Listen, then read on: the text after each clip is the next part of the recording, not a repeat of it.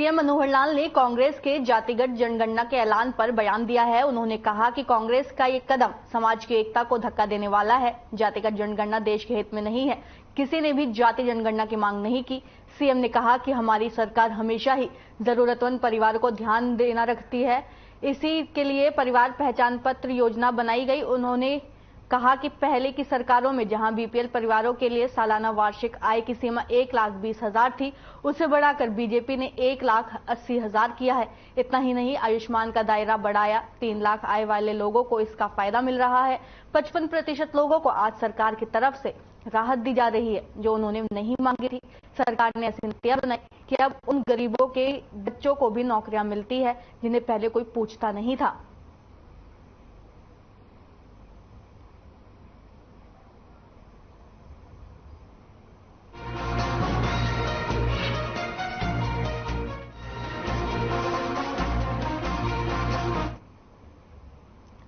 CM Manohar Lal की अध्यक्षता में बुधवार को मंत्रिमंडल की बैठक हुई, जिसमें मीडिया कर्मियों के हित में एक और अहम निर्णय लिया गया।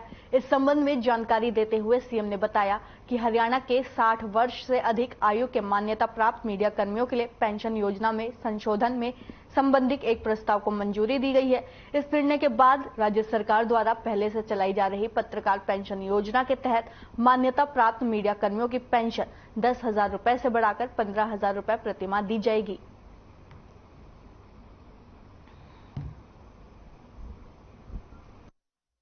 एक जो अभी बाढ़ आई थी, तो उस बाढ़ के समय क्षति बहुत हुई, खास करके अदर देन एग्रीकल्चर। तो एग्रीकल्चर का एक पोर्टल हमने बनाया क्षतिपूर्ति का किसानों के लिए।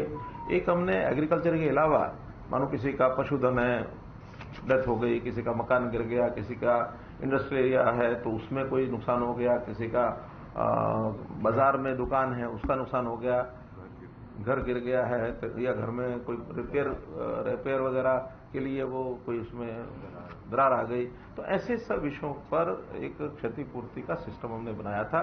तो आज आपके सामने एग्रीकल्चर को छोड़ करके बाकी जो हमारी असेसमेंट हुई है, उस असेसमेंट के हिसाब से कुछ जो राशि है वो हम उसको पोर्टल के ऊपर सबको जो प्रेषित करेंगे। आपको जानकारी है कि पहले जैसे 47 लोगों की तो इस बाढ़ में मृत्यु हुई थी और उसमें सबको 4-4 लाख रुपए हमने, जैसे ही ये जानकारी पूरी इकट्ठी हुई थी, क्योंकि उसमें बहुत ज्यादा उसकी जांच करने में, वेरीफाई करने में टाइम नहीं लगता है। डेथ है तो डेथ पता लग ही जाता है डेथ, लेकिन बाकी चीजों में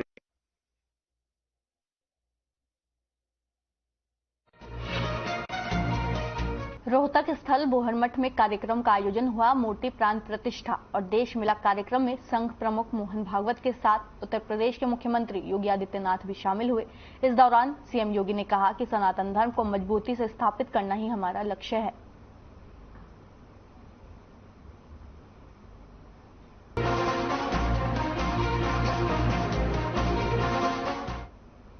खबर बाडरा से है, जहां हरियाणा सरकार ने जनसंवाद कार्यक्रम का आयोजन किया। इस कड़ी में भिवानी महेंद्रगढ़ से भाजपा सांसद चौधरी धर्मवीर से बाडरा हलके के ग्रामीणों की शिकायत सुनी। ग्रामीणों की समस्याएं सुनते हुए अधिकारियों को तुरंत समाधान के निर्देश दिए। उन्होंने कहा अधिकतर समस्याएं लोकल ही थी, जिसका मौके पर मौजूद अधिकारियों को निर्देश दिए गए हैं कि उनका तुरंत समाधान किया जाए। पत्रकारों ने जब सवाल पूछा कि हमास और इजराइल की लड़ाई में देश का क्या स्टैंड है, तो सांसद चौधरी धर्मवीर ने कहा कि हमारा देश, भारत आतंकवाद को खत्म करना चाहता है और हमारी सरकार का स्पष्ट संदेश है कि हम इस लड़ाई में इजराइल के साथ हैं, क्योंकि आतंकवाद किसी भी शांतिप्रिय देश के लिए उचित नहीं है।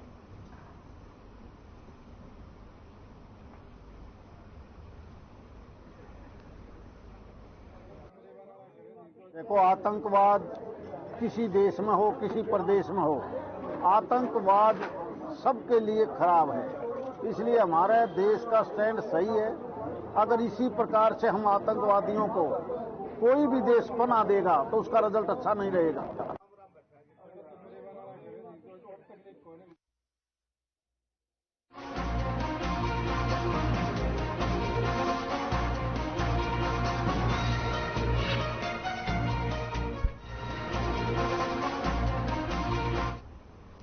बहादुरगढ़ के एक नागरिक अस्पताल में बड़ा घोटाला सामने आया है। आरोप है कि डाटा एंट्री ऑपरेटर मोहित के माता पिता, जीजा बहन और मामा मामी भी सिविल हॉस्पिटल में कार्यरत दिखाई दिए हैं, जबकि वो किसी भी हॉस्पिटल में आए ही नहीं है। हॉस्पिटल में काम करने के लिए केवल डेटा एंट्री ऑपरेटर ही आता रहा। यहां तक कि हर महीने बनने वाली सैलरी स्टेटमेंट सीट पर भी सुपरवाइजर की जगह आरोपी की दस्तखत करता रहा। हाल फिलहाल में इसका खुलासा हॉस्पिटल के ही एक डॉक्टर की शिकायत पर हुआ है। फिलहाल इस मामले में जांच शुरू हो गई है और अब जांच के बाद ही खुलासा हो पाएगा कि घोटाला कितना बड़ा है।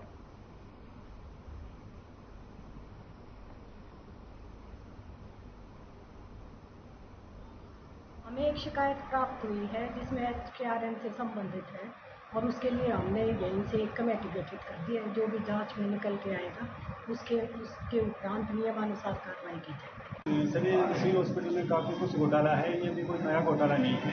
ये पिछले 4-5 साल से घोटाला चलता आ रहा है। इस घोटाले में क्या है सर कि बहुत से कर्मचारी हैं जो ड्यूटी पे तो नहीं आते लेकिन घर बैठे सैलरी लेते हैं। ये कर्मचारी ज़्यादातर एक ही फैमिली से बिलोंग करते हैं या उनके आपस में रिश्तेदार हैं।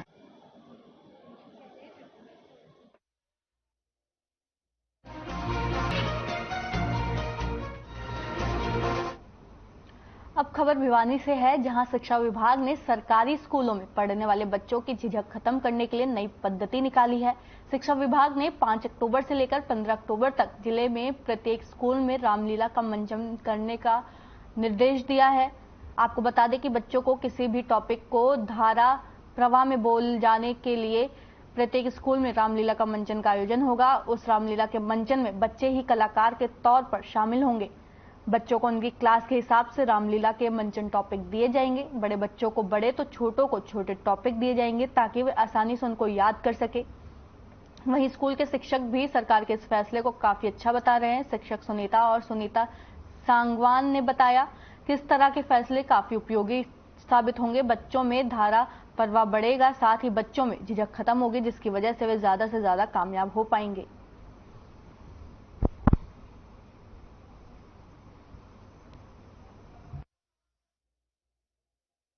जी, निपुण हरियाणा कार्यक्रम के तहत बच्चों में जो भाषा के प्रवाह को बढ़ाने के लिए तरह तरह के आयोजन किए जा रहे हैं। नाटक मंचन का आयोजन हो गया और अलग अलग गतिविधियों के माध्यम से हम बच्चों के भाषा प्रवाह को जारी रख रहे हैं। उसके माध्यम से उसी के हिसाब को ध्यान में रखते हुए आज हमने जो राजकीय मॉडल संस्कृति प्राथमिक पाठशाला सुई में भी एक रामलीला मंचन का आयोजन किया। इसमें बच्चों ने बढ़ चढ़कर भाग लिया। बहुत से बच्चे बच्चे सारे इतने उत्सुक थे कि हमने ये मुश्किल हो गया कि किस बच्चे को हम सेलेक्ट करें, किसको छोड़ें। लेकिन हम नेक्स्ट टाइम पर जो बच्चे हमारे बच गए उनका नेक्स्ट टाइम पर जरूर उनका भी भागीदारी उसमें रहेगी। ये ऑलरेडी जो है हरियाणा के अंदर निपुण हरियाणा कार्यक्रम चल रहा है, जिसमें बच्चे की भाषा और उसकी जो गणना है, न्यूट्रेसी है, उस पर जो है पकड़ बनाने के लिए टैलेंट कार्यक्रम चल रहा है। और उसी की कंटिन्यूटी में 5 अक्टूबर से 15 अक्टूबर तक हमने सभी विद्यालयों में जो है रामलीला का मंचन करवा रहे हैं, जिसमें कक्षा 5 के बच्चों को जो है प्राथमिकता दी जाएगी। और जो उस रामलीला के मंचन में जो हमने दृश्य फाइनल किए, 6 दृश्य हमने लिए हैं, कोई भी स्कूल 1 या 2 दृश्य को जो है उसका मंचन कर सकता है। साथ ही उसमें छोटे बच्चे जहाँ छोटे संवाद हो उसके लिए हैं, जो बड़े बच्चे हैं उनको बड़े संवाद के लिए रखा जाएगा।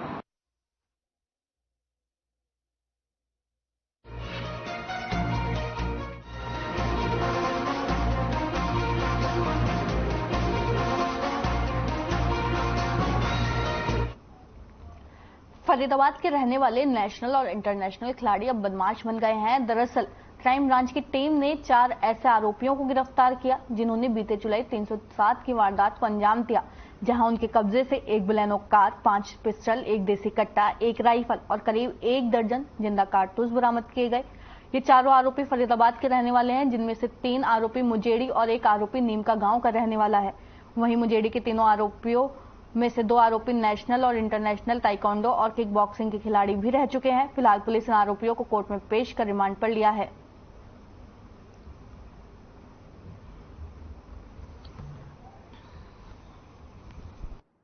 जिसमें 307 है। जुलाई महीने में एक लड़ाई झगड़ा और हत्या के प्रयास का एक मुकदमा दर्ज हुआ था सिटी बल्लभगढ़ पुलिस स्टेशन में। उसमें 3 महीने से लगभग 3 महीने से फरार थे।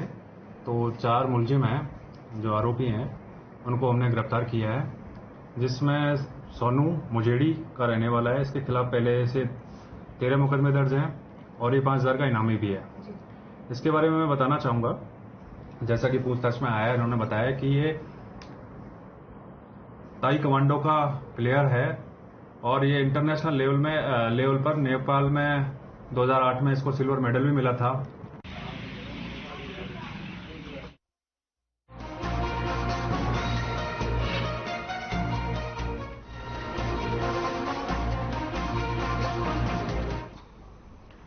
कुरुक्षेत्र के शाहबाद में रसगुल्ला फैक्ट्री पर खाद्य सुरक्षा विभाग और सीएम फ्लाइंग ने संयुक्त रूप से कार्रवाई की। वहीं जांच टीम ने मौके पर मिले सामान के सैंपल भी लिए। कार्रवाई की जानकारी देते हुए फूड सेफ्टी अधिकारी डॉक्टर अमित चौहान ने बताया कि गुप्त सूचना के आधार पर पुलिस ने कार्रवाई की है। दुकान के पास से कोई भी लाइसेंस बरामद नहीं हुआ। उन्होंने कहा कि जो रसगुल्ले तैयार किए गए और सामान आदि के सैंपल भी ले लिए गए हैं। उन्होंने आगे ये भी बताया कि सैंपल की रिपोर्ट आने के आधार पर आगे की कार्रवाई की जाएगी।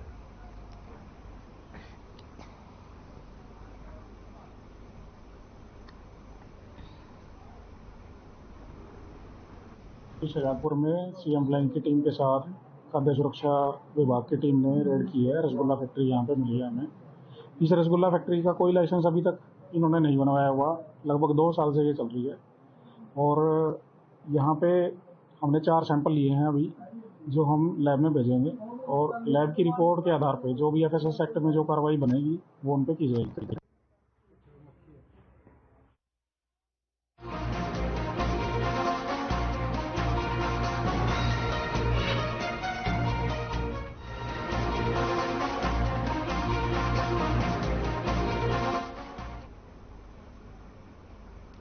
रतिया एसडीएम जगदीश चंद्र ने कृषि विभाग के अधिकारियों के साथ कीटनाशक दवाइयों की दुकानों पर दस्तक दी, जिसे लेकर दुकानदारों में हड़कंप मच गया। वहीं एसडीएम ने कीटनाशक दवा विक्रेताओं की दुकानों की चेकिंग के साथ ही गुणवत्ता की जांच के लिए कीटनाशक दवा विक्रेताओं के प्रतिष्ठानों पर औचक निरीक्षण किया।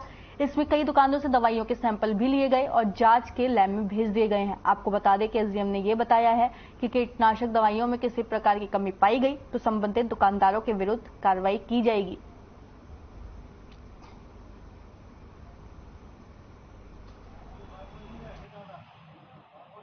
मामला नहीं, ये रूटीन की चेकिंग है। इसके अंदर हमने हमारे जो 2 QCI हैं, एक एसडीओ एग्रीकल्चर वाले हैं, तहसीलदार साहब हैं, एक पूरी टीम बना के आज हम जितनी भी पेस्टिसाइड के और फर्टिलाइजर्स की दुकानें हैं वहाँ पर इनकी सैंपलिंग करवाएंगे। फिर जो सैंपल लेके कलेक्ट करके हम इनको आगे लैब में भेजेंगे। उसके बाद जो रिजल्ट आएगा उसके बाद आगे कार्रवाई करेंगे।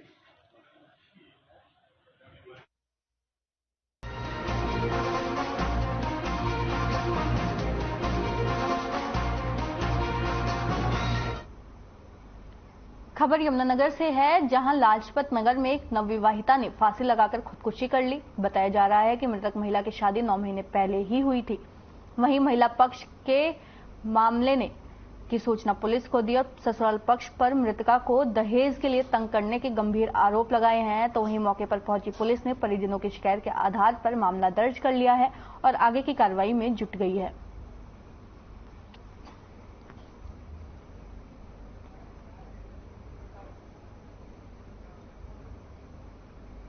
मेरी बहन भी आई है यहाँ पे। आज सो रात को 1:30 बजे हमारे पास खबर गई थी कि आपकी बेटी खत्म हो गई। बस इतनी ही खबर दे रही है। बाकी हम अभी आए, ये लोग परेशान करते थे उसको दहेज के लिए। क्या नाम है आपकी बहन का? आशा। कितना टाइम हुआ था शादी को? शादी को 8 महीने हुए हैं। आज 15 तारीख को 8 महीने हो जाएंगे। कहते थे कि हमारे पीयर से कुछ आया नहीं है। छोटी वाली के पीयर से ये आता है वो आता है। तो इनको फ़ोन किया, इन्होंने रात को फ़ोन मुझे किया कि भाई ऐसे ऐसे बात है कि वो आशा खत्म हो गई है। तो कल उसका जन्मदिन था, तो हम तो अचंभे में रह गए। मैं शायद मजाक कर रहे होंगे कि गलती से यूँ कह रहे होंगे मर गई, आज जन्मदिन है तो कहेंगे मर गई। तो ऐसी मैं सोचा है, तो फ़ोन करा तो उस आशा को फ़ोन किया, आशा ने फ़ोन नहीं उठाया। अब वो तो मरी है तो फ़ोन छोड़ी जाएगी। विनय को फ़ोन किया, इनने फ़ोन नहीं उठाए। उसके बाद इसकी सास को फ़ोन करा, उन्होंने नहीं उठाए। उसके बाद एंड में इसकी दौरानी को फ़ोन किया मेरी वाइफ ने, तब काफ़ी देर बाद उसने फ़ोन उठा के उसने भी यही बताया है कि आशा खत्म हो गई है। अब उससे पूछा कि कैसे खत्म होगी, कह रहे ये नहीं पता, हम तो सारे नीचे थे, वो ऊपर कमरे में थी और वो जब विनय आया उसने उसे उठाया तो वो उठ नहीं पाई। तो उसको क्या नाम है, हम ले गए हॉस्पिटल उठा के, वहाँ डॉक्टर ने कह दिया आपने देर कर दिया। हमें सूचना मिली थी कि लाजपत नगर में एक लेडीज आशा नाम की लेडीज है कि उसने हैंगिंग कर लिया है, तो हम वहाँ पे मौके पर पहुंचे हैं, तो वहाँ से डेड बॉडी को रिकवर किया है और अभी उनके पेरेंट्स आए हैं, तो जैसी भी स्टेटमेंट आती है तो उसके अकॉर्डिंग कार्रवाई की जाएगी।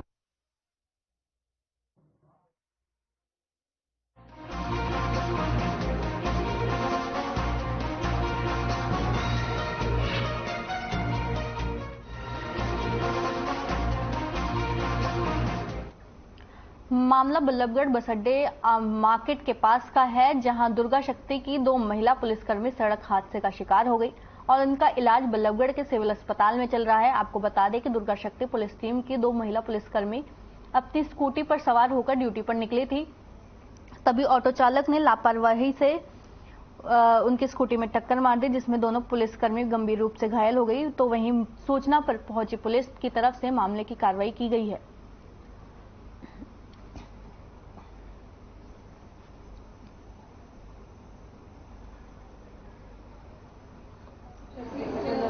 दुर्गा शक्ति बल्लभगढ़, आपको एक्सीडेंट हुआ है, कहाँ पे हुआ, कैसे हुआ था?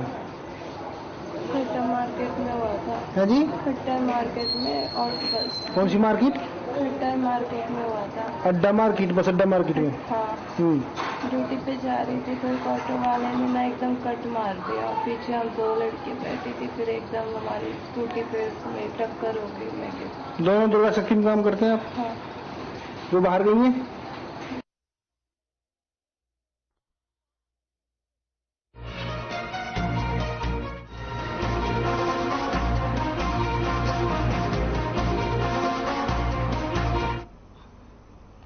फरीदाबाद के सिविल अस्पतालों में साइकिल चोरी करते हुए 2 चोरों को सिविल अस्पताल चौकी पुलिस के जवानों ने पकड़ लिया और स्थानीय पुलिस के हवाले कर दिया। आपको बता दें कि चोर सरेआम पुलिस से हाथ छुड़ाकर भाग गए, जिसमें एक चोर बड़ी तेजी से भाग गया, जिसकी तस्वीरें कैमरे में कैद हो गई।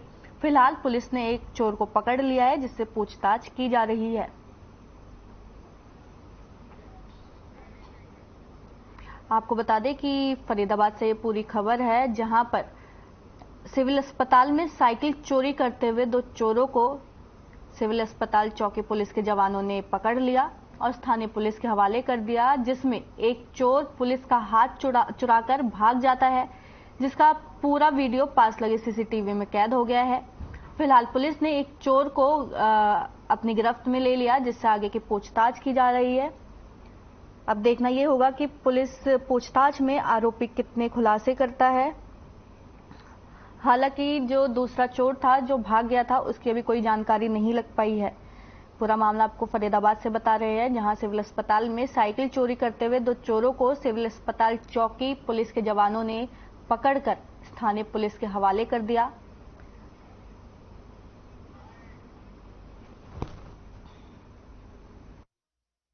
लाइव में इसके साथ एक बार आया, लाइव में एक ही बार आया मेरे साथ। कैसे चुरा रहे थे तुम? ये ताला तुड़वाया था इसने। हाँ, तो कितनी करी है चोरी? मैं इसके साथ एक बार ही आया हूँ। कहाँ के रहने वाले? मैं 1 नंबर का रहने वाला हूँ। कौन सी जगह? ये बाटी पनीर वाले उधर। यही लेके आया हूँ, मैं डीजे काम करता हूँ। तो कहाँ बेचते थे तुम ये साइकिल? मैं बेच नहीं देना, पता यही लेके जहाँ तक बेचते यही है। यहीं कहीं बेच देता है। कितने रुपए में, कैसे? 200 रुपए में। आज सर हुआ था, हम आए थे नगर निगम में, जो ये मोदी वाले रोड पटरी वाले हैं जो फार्म भरे जा रहे हैं, तो इसके लिए हम थोड़ी जरूरत पड़ रही थी, हम पैसे लेने आए थे। फार्म भर जाएगा, हम समाधान हो जाएगा। तो हम नगर निगम में अंदर जाके हमने लॉक कर दी। साइकिल लॉक करने के बाद हम उसमें रूम में गए, तो वहाँ पे काफ़ी भीड़ थी। हमको आधा पौना घंटा लाइन में चलते चलते हो गया था। और बाकी हमने फिर उसके बाद अंगूठा लगाया, हमारा अंगूठा नहीं लगा, तो उसने बोला था भाई आप नहीं होएगा, तुम्हारी उंगली घिसी पड़ी है, आप कल लगा लेना या जैसे भी हो। हम वापिस आए तो हमने अपनी साइकिल के पास गए तो मुझे साइकिल नहीं मिली। हमें तो इतला मिले बाबा है जी, वो तफ्तीश करने बाद बताएंगे क्या हुआ। ठीक है ना? फिर भी क्या चुराते थे नहीं पता, हमें तो 112 कॉल मिली, हम तुरंत आ गए। अब तफ्तीश करेंगे, उसके बाद पूछताछ करके बताएंगे। नहीं पता, अभी वो गए हुए हैं देखने के लिए। अभी एक चोर पकड़ा हुआ है, 2 बता रहे हैं, हाँ चला गया है, 1 भाग गया है। तो कितने पुलिसकर्मी आए हुए थे पकड़ने के लिए?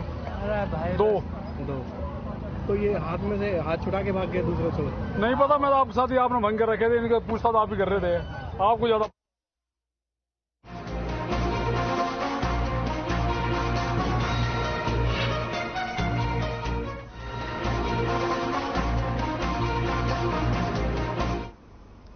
कुरुक्षेत्र के गीता ज्ञान संस्थान में 15 से 24 अक्टूबर तक भव्य अंतर्राष्ट्रीय रामलीला महोत्सव का आयोजन होने जा रहा है। अंतर्राष्ट्रीय रामलीला महोत्सव आयोजन समिति के अध्यक्ष डॉक्टर वेद प्रकाश टंडन ने बताया कि दिल्ली एनसीआर के स्कूलों और गुरुकुल के छात्रों द्वारा मंचित किया जाने वाला यह अपनी तरह का एक अनूठा आयोजन होगा।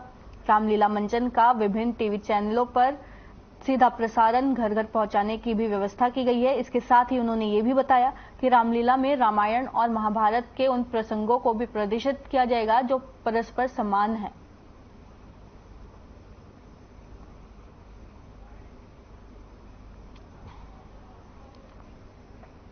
महाराष्ट्री आपके सानिध्य में एक बहुत बड़ा कार्य होने जा रहा है, जिसमें बाल युवा संस्कार योजना के अंतर्गत, क्योंकि बच्चों में और युवाओं में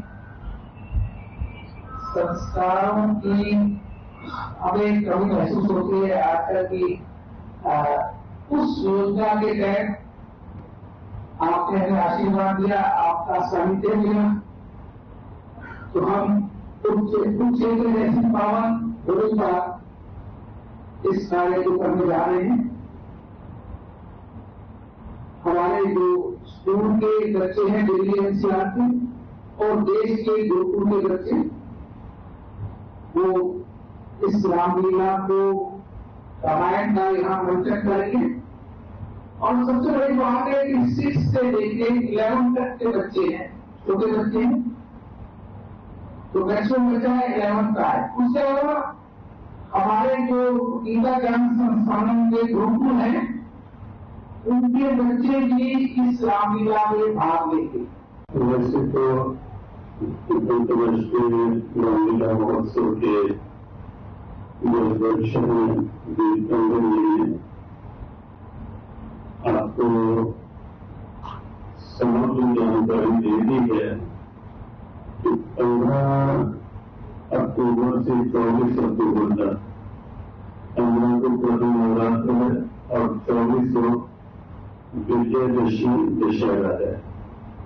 तो 15 से 24 अक्टूबर तक चलने वाला है ये रामलीला उत्सव। यहाँ उस स्वरूप कहाँ से प्रारंभ हुआ, कैसे उनको प्रेरणा मिली और उस क्रम में कैसे वो यहाँ तक कुरुक्षेत्र गीता की स्थली में पहुंचे और उनके भाव के अलग अलग तीर्थों में और पवित्र नदियों या सरोवरों के तट पर रामलीला का मंथन हो, ऐसे भाव के साथ उनको यहाँ